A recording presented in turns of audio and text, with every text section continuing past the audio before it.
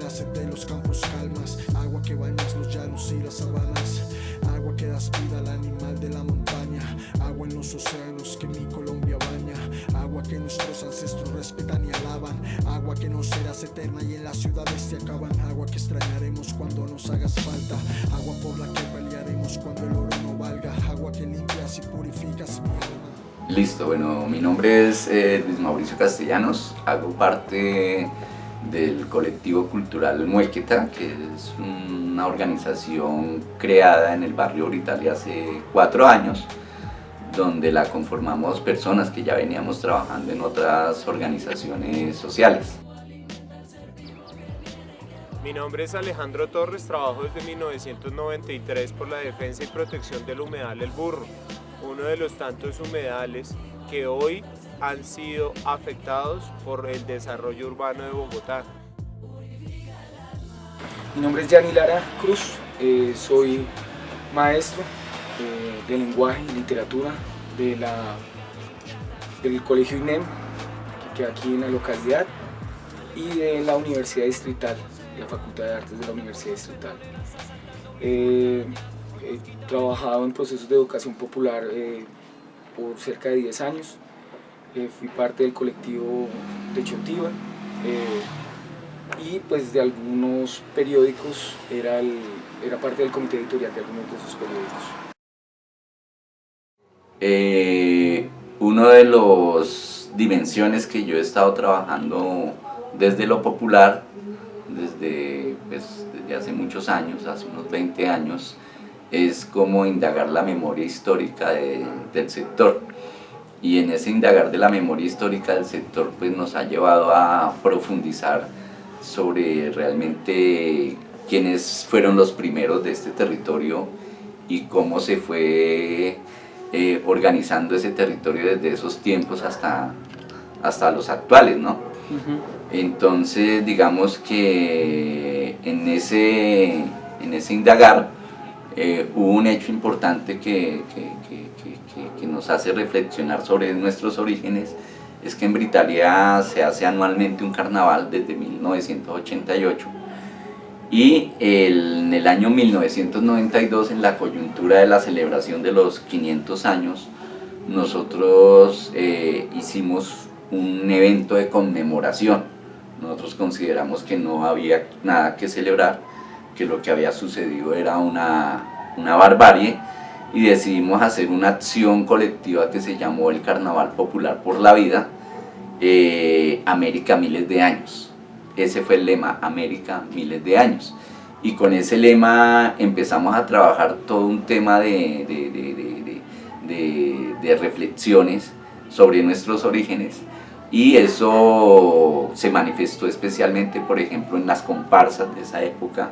Se manifestó en que, por ejemplo, se hizo una olimpiada y los nombres de los equipos tenían que tener nombres autóctonos, ¿sí? Entonces Independiente Bachué, por ejemplo, otros le pusieron el nombre de la empresa que los patrocinaba y con un nombre ancestral.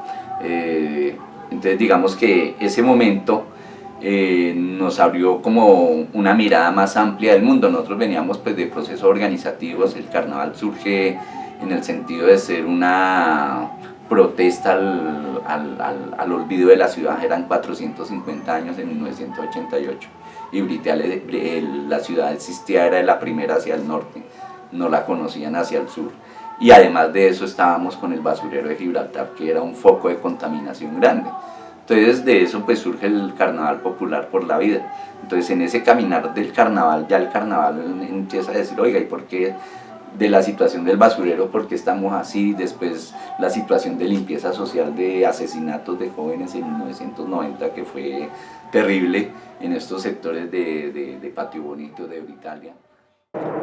Este territorio, que era una antigua laguna gigante, donde los cielos se oscurecían con las bandadas de patos y donde las bandadas de patos eran uno de los mayores atractivos turísticos y de alimentación, porque en el sector del Tintal también tenemos registros de crónicas donde se hablaba de la cacería de venados, de la cacería de curíes, de guatines, recogían huevos de garza, se cazaban los patos, habían las antiguas haciendas, la hacienda La Chamisera, la hacienda Techo, la hacienda Juncal, la hacienda El Tintal, eran los pobladores antiguos ya después de la llegada de los españoles, porque los primeros eran los muiscas, después con la llegada de los españoles se da el repartimiento de las tierras y el primer propietario de la localidad de Kennedy fue Gabriel García Zorro. En el repartimiento que recibió con gran descontento este territorio, pues eran vastos humedales y no áreas secas donde se pudiesen cobrar impuestos. Creo yo que hay que rescatar la memoria ancestral para disminuir la arbitrariedad en el lenguaje. Voy a explicar esto que estoy diciendo, que puede sonar un poco confuso. El lenguaje es arbitrario porque la relación entre la palabra y el concepto ya se ha alargado demasiado, y entonces nosotros no sabemos por qué le decimos a la casa casa. Pero los indios sí, o sea, los indígenas sí tienen esa relación directa entre el significado de la palabra y la esencia misma de lo que está queriendo decir el lenguaje, ¿no? Entonces, cuando usted mira las lenguas indígenas, lo que se encuentra es eso, o sea, que todas las palabras tienen una relación directa con el significado. Eso generó pues que empezáramos a indagar, ¿no? No solamente, bueno, y quiénes somos y de dónde venimos, y en ese indagar de dónde venimos, pues surge la necesidad de conocer la historia del territorio. Entonces empezamos fue de lo particular a lo general, porque lo primero fue explorar la historia del barrio. Entonces cuando empezamos a explorar la historia del barrio vimos, no, que esto era una zona rural, y cuando vimos, no, pues que además de ser una zona rural, pues eso era desde mucho antes, que esto aquí fue haciendas, pero que antes había visto personas, ¿sí? O sea que para nosotros a partir de ese momento, cuando dijimos América miles de años, decíamos los territorios no es el mito fundacional de los invasores españoles, sino es desde muchos antes. Entonces por eso nosotros nos acogimos a la idea de América miles de años, y en torno a eso pues fuimos indagando, y de lo particular que era el barrio, después la localidad, y después pues ya lo ancestral. Pues obviamente América miles de años nos generó nos impulsó, nos tocó esa fibra de ese 50% que nos han negado, ¿no? Porque el mestizo dicen que el 50% es aborigen y 50% europeo, y siempre nos han dicho que todo es gracias a los europeos. Entonces nosotros dijimos, no, vamos a buscar algo en nuestras raíces, de esa otra identidad que se nos ha negado. Sin embargo, acá en el humedal El Burro tenemos que recordar la memoria histórica de esa antigua laguna, conocida como la Laguna El Tintal, que hacía parte de la subcuenca El Tintal del río Techo, que hoy encontramos bajo suelo sobre la Avenida de las Américas, y ese antiguo río alimentaba el gran cuerpo de agua que era conocido como el Tintal. La laguna El Tintal iba hasta Fontibón, iba hasta Bosa. Este cuerpo de agua realmente era su arborización era el Cestrum musti, o el árbol de tinto. El árbol de tinto era con el que los muiscas se marcaban sus caras o se marcaban sus vestidos en danzas rituales, por eso se llama la antigua Laguna El Tintal, y eso es lo que le da el nombre a la Biblioteca El Tintal, a Santa Fe del Tintal, a Tintalá y a Tintalito, que era esa antigua vegetación que encontrábamos en esta laguna. Y yo acuñé la frase de que el territorio en el territorio de Techo iba mal llamado Kennedy, ¿sí? Entonces digamos que eso pues también dijo, bueno, investiguemos.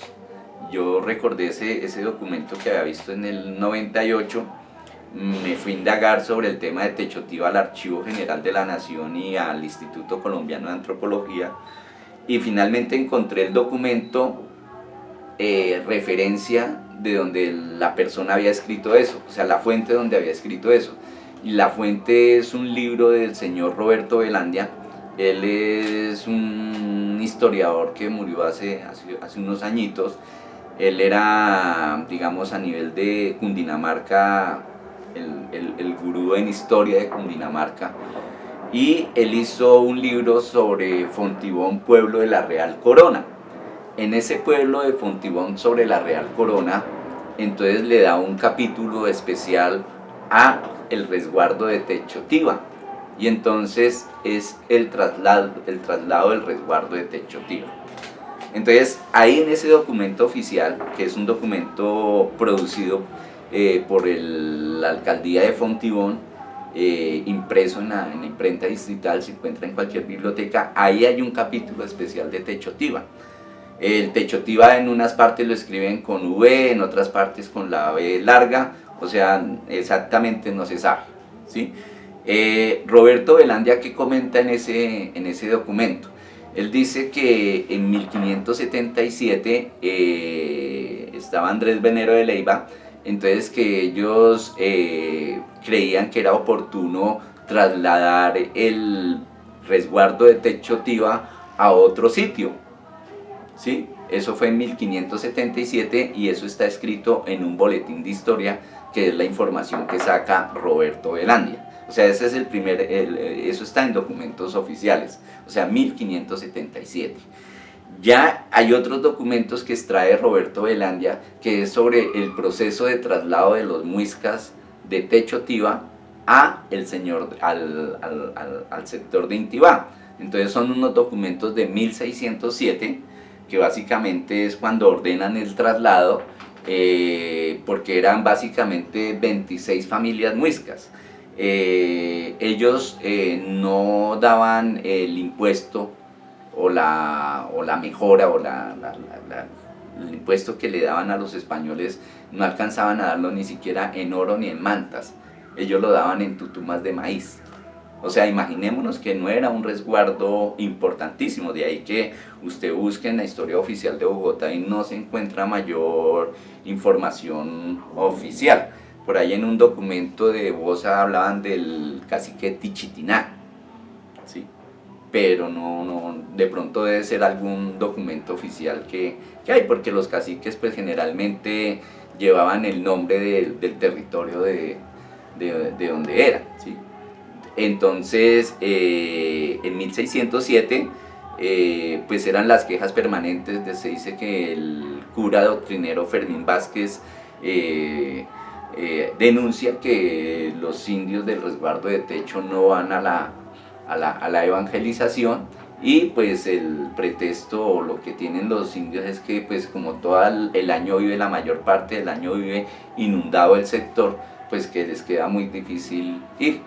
Entonces, ante eso, que no iban a la evangelización, que no era mayor el impuesto que daban a la corona española, entonces deciden pasarlos a la zona de Intibá. Y en 1608 esos terrenos pasan a manos de la comunidad de los jesuitas. Eso es Juan de Borja. Él entrega las tierras del resguardo de Techo a esa comunidad religiosa, para que de ahí saquen el sustento de los curas que van a adoctrinar y educar a las presentes y futuras generaciones, dice esa certificación o no esa certificación, sino esa orden de entregarle las tierras a los jesuitas.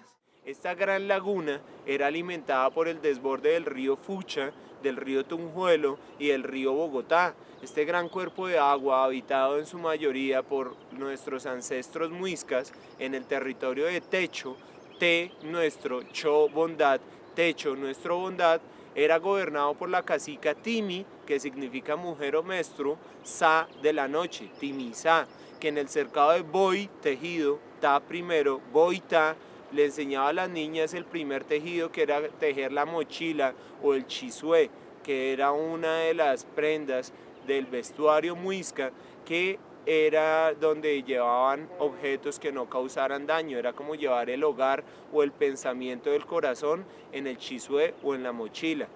Esto era un ritual que se hacía de pagamento en torno a las chúpcuas o humedales. La palabra Chucua significa seno, pezón, trementina negra, pesquería, fuente de agua o humedal. La memoria histórica que tenemos que rescatar de nuestra localidad y territorio va desde que el monumento a banderas no se llama bandera, se llama Monumento a las Américas, y es un homenaje a esa cultura ancestral, a la mujer, a la dadora de vida, al elemento agua, al elemento tierra. Por eso son 120 guerreras, el soporte de naciones y soporte de familia. Otro de los monumentos muy importantes para nuestra localidad es Ciel, la diosa del agua, que estaba en una pileta de 12 metros por 14. Si era la diosa del agua, pues estaba en el agua, queda frente a Marsella, sobre la avenida Las Américas. Es una obra de la escultora María Teresa Cerda, que talla en una roca aquella diosa del agua que es Sie, la diosa del agua cósmica, que se hizo carne en Bachoe a través de la laguna de Iguaque, y entonces esto hacía parte de un circuito de monumentos que arrancaba desde el sector del centro de Bogotá hacia Puente Aranda, el territorio de la antigua familia Aranda, que ahí estaba Cristóbal Colón y la reina Isabel. Esos monumentos fueron desplazados a la calle 26, pero después de Cristóbal Colón y la reina Isabel iba así la diosa del agua, pues si era un territorio de aguas, era obvio que la diosa del agua, y después al monumento Las Américas, que hoy conocemos como banderas. Realmente esto es reivindicar toda esa memoria histórica, ese patrimonio ancestral de lo que es nuestro territorio de Techo. El apellido Techotío allá fue desplazado hacia el sector de Mosquera, pero nuestra localidad, su nombre es la localidad de Techo. Hay un documento que escribe Fidel Juez, se llama Hijos de las Estrellas, que él dice que Te es nuestro, Cho, laguna, entonces que Techo significa nuestra laguna. ¿Sí? Eso es lo que dice. De todas maneras, pues como digamos los diccionarios los crearon fue los españoles para interpretar qué eran las lenguas de los muiscas. Entonces digamos que las lenguas muiscas están castellanizadas. Inclusive Roberto Velandia dice que el sector quedó como Techo por abreviar el tema de Techotiva, entonces que lo dejaron como Techo. Sin embargo, yo he visto, por ejemplo, en un canal cultural, no sé de qué entidad, un señor que posa de investigador o de historiador, hablando de Techotiva, dice que para él no es confiable el nombre, que Techo más bien se le dijo era que porque en el sector de poco llovía, entonces que por eso le habían puesto Techo. Entonces pues a mí me parece que eso es una falsedad, porque si yo me voy a la historia, yo me voy a los documentos originales. Claro. Y entonces si un boletín de historia de 1577 me está diciendo que el resguardo de Techotiva toca trasladarlo de ahí, y en 1607 inclusive la Universidad Javeriana tuvo un pleito frente a la hacienda de Techo. Hay un documento en cromos que dicen que la hacienda de Techo, que fue cedida a ellos, ¿sí? Entonces, increíble que las personas crean todavía ese tipo de leyendas que se hacen en torno a los territorios. Y es cierto, o sea, en el sector poco llueve y por eso pusieron el aeropuerto de Techo, pero es por cuestiones netamente científicas y naturales, que es que la pluvialidad del sector es menos en este sector de la ciudad que en otros sectores de la ciudad.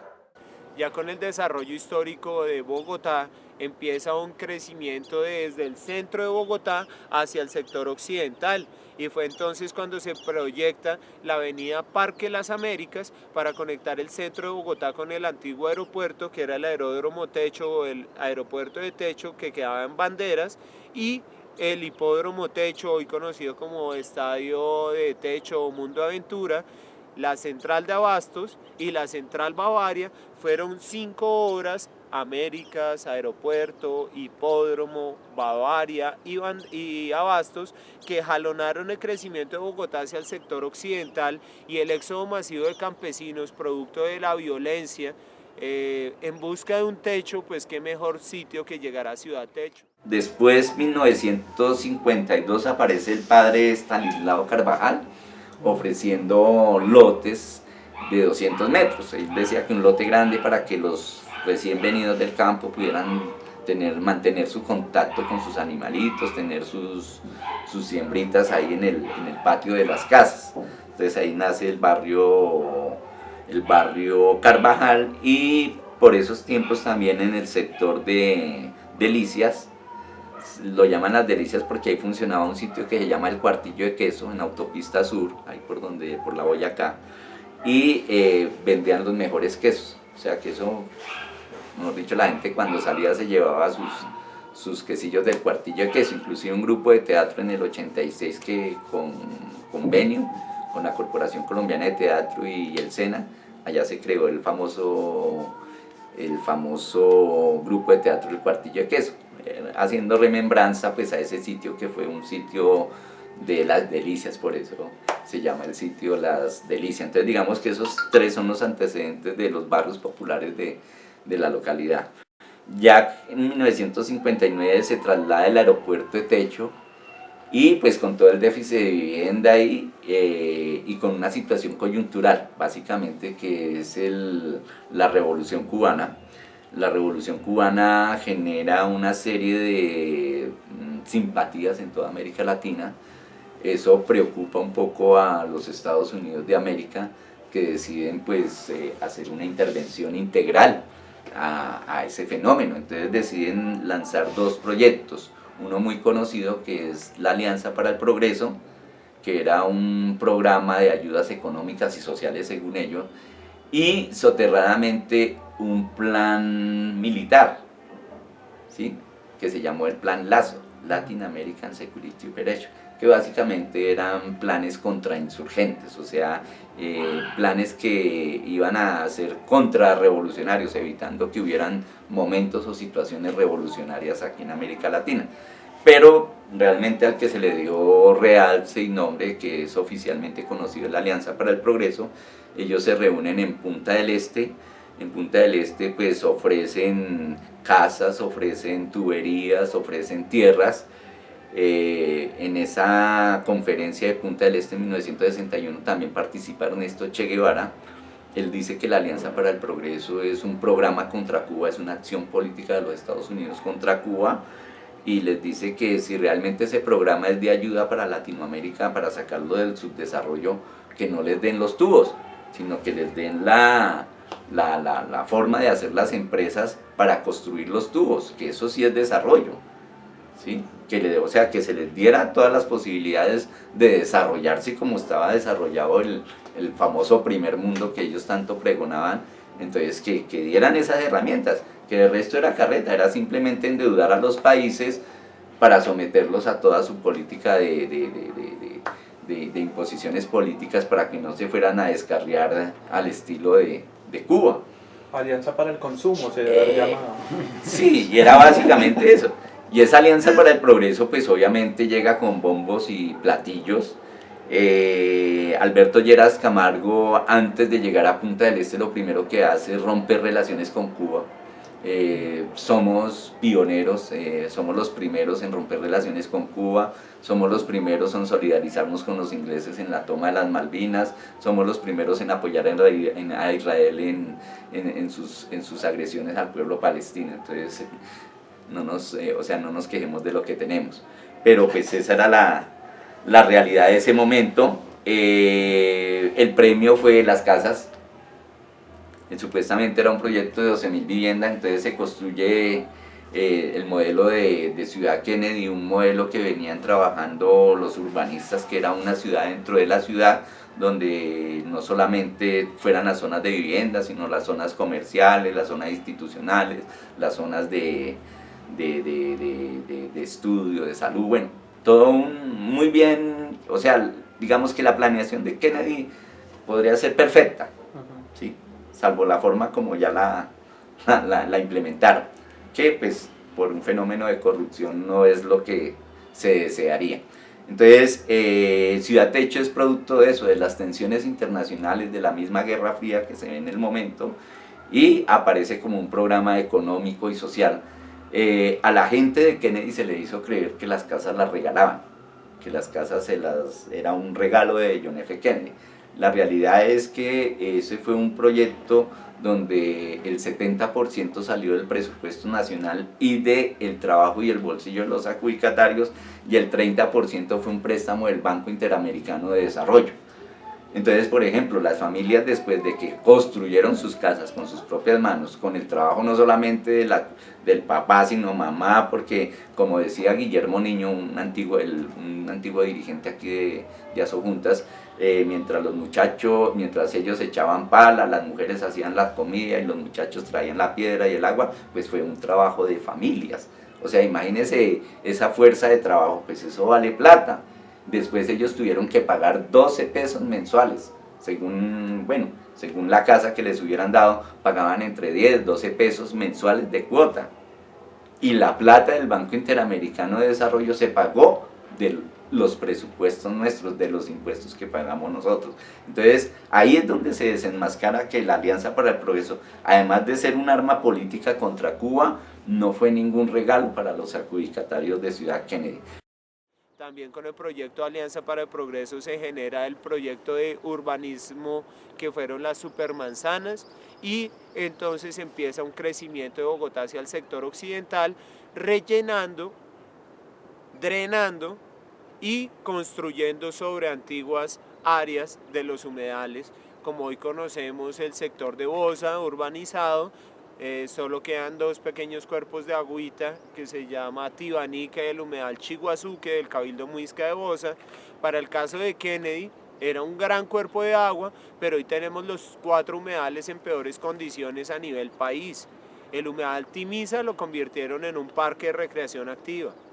El humedal de Techo hoy tiene más de 700 predios construidos al interior del espacio público.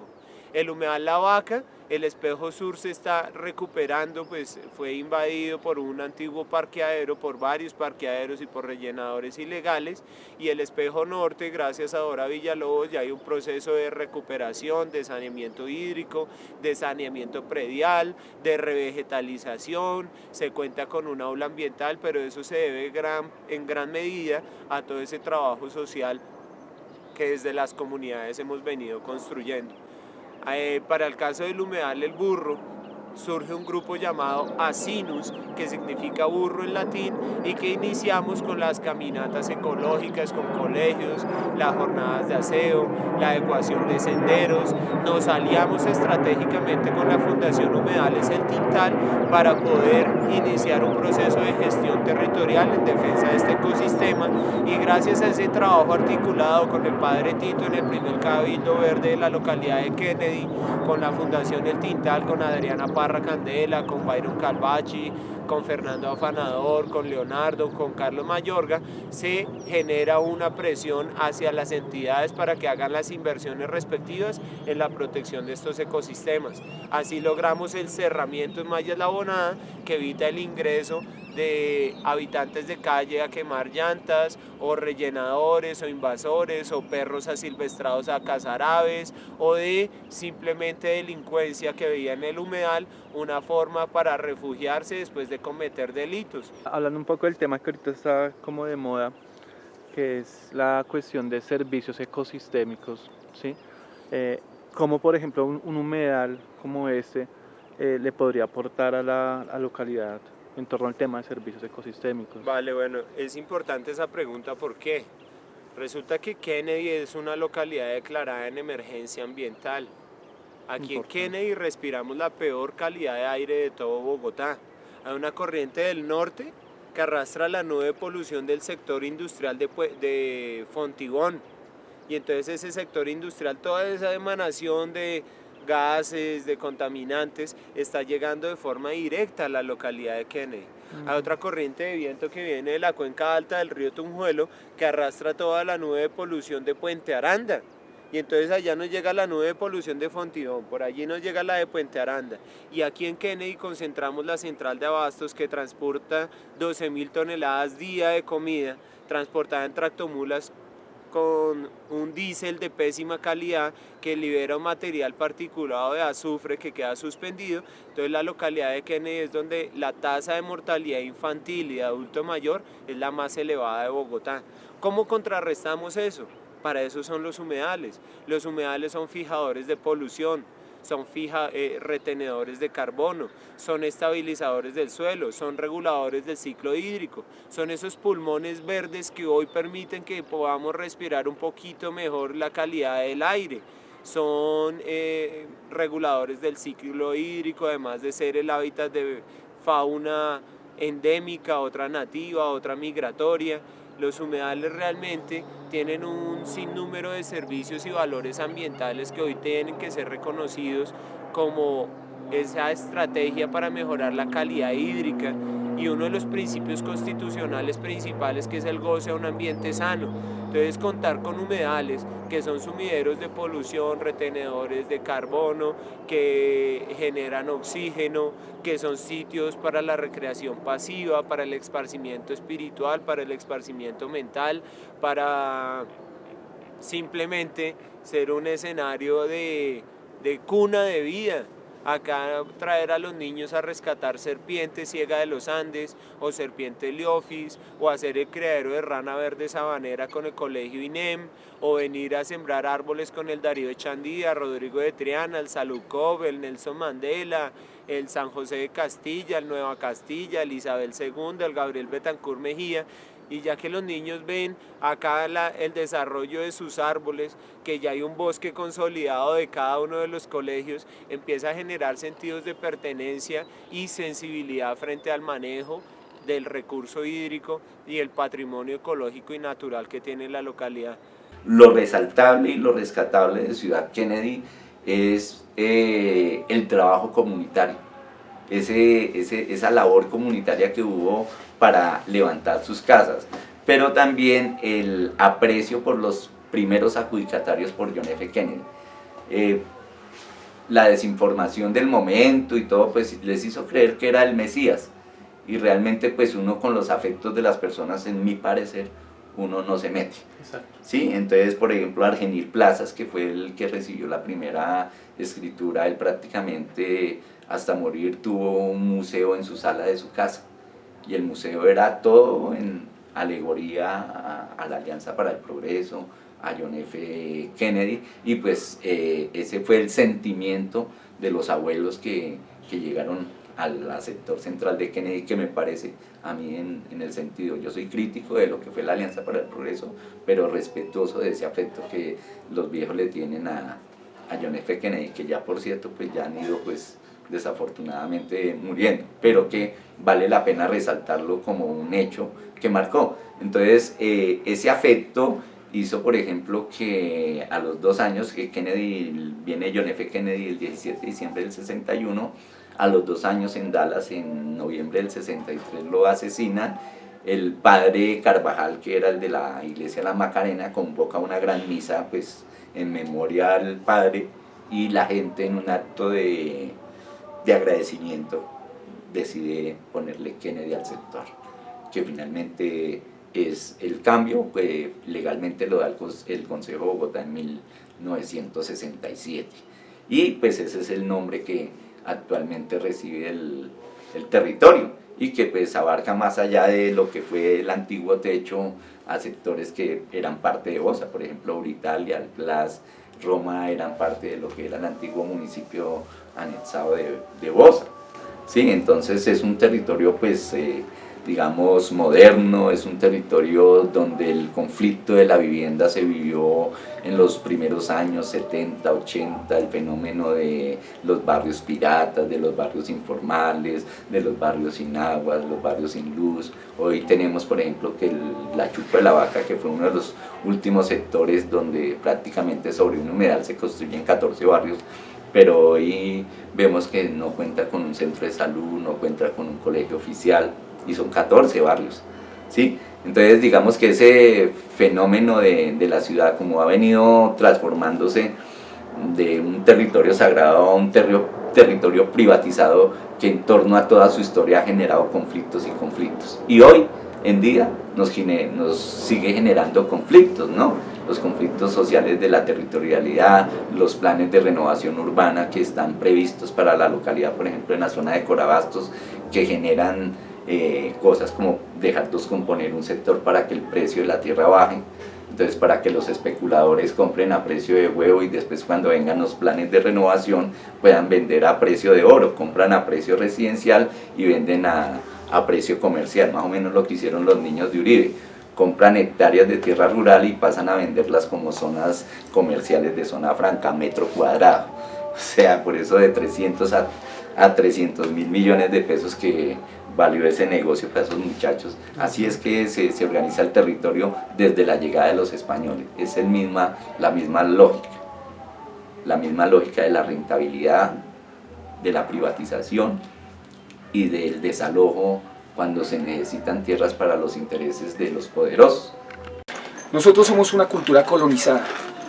Al ser colonizada, como que perdimos la capacidad de pensar por nosotros mismos porque no tenemos un lenguaje propio tampoco. Entonces yo lo que creo es que recuperar ese lenguaje original y esa serie de tradiciones que tenían los antiguos moradores de esta tierra, pues nos permite un poco más comprender esta tierra desde su esencia. O sea, la mayoría de estas lenguas indígenas, o yo diría que todas las lenguas indígenas, están cargadas de mucha riqueza, riqueza étnica, riqueza cultural. Eso nosotros ya no lo tenemos, nosotros ya no conocemos eso, ¿sí? Ahora, no creo yo que sea otra vez entonces nos vamos a volver a hacer músicas de no creería yo que ese es el camino. Yo lo que creo ahí es que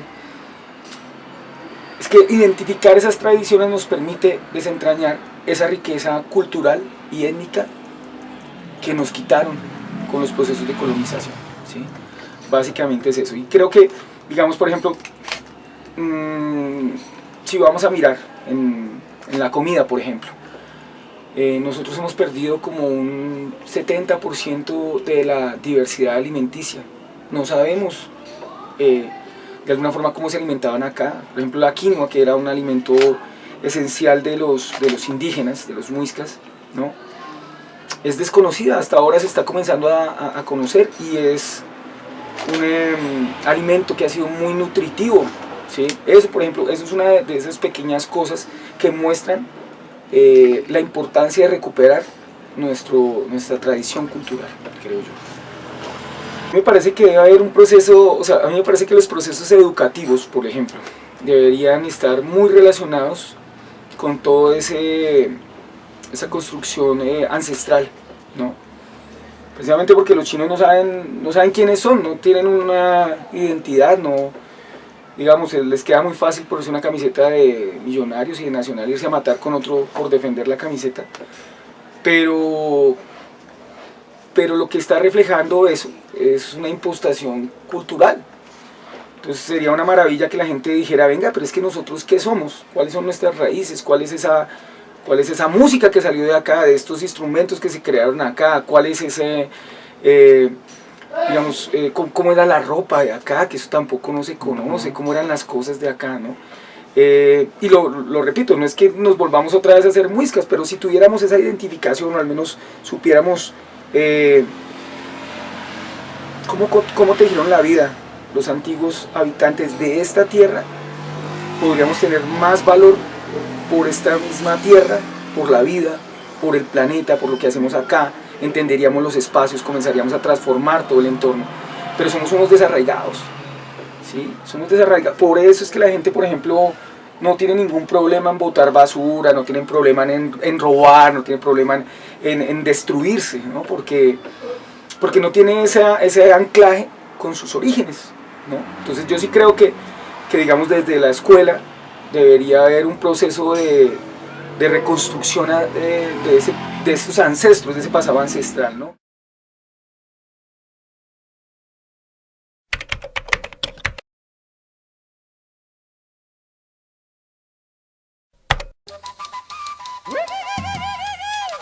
Cumbia de Colombia, papá.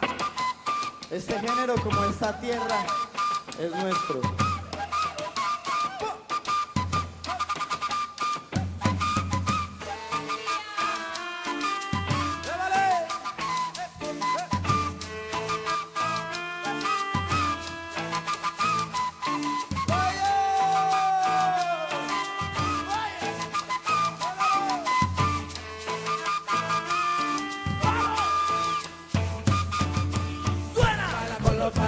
cumbia reggae, cumbia reggae, reggae, cumbia reggae. Suena y baila con los paria, cumbia reggae.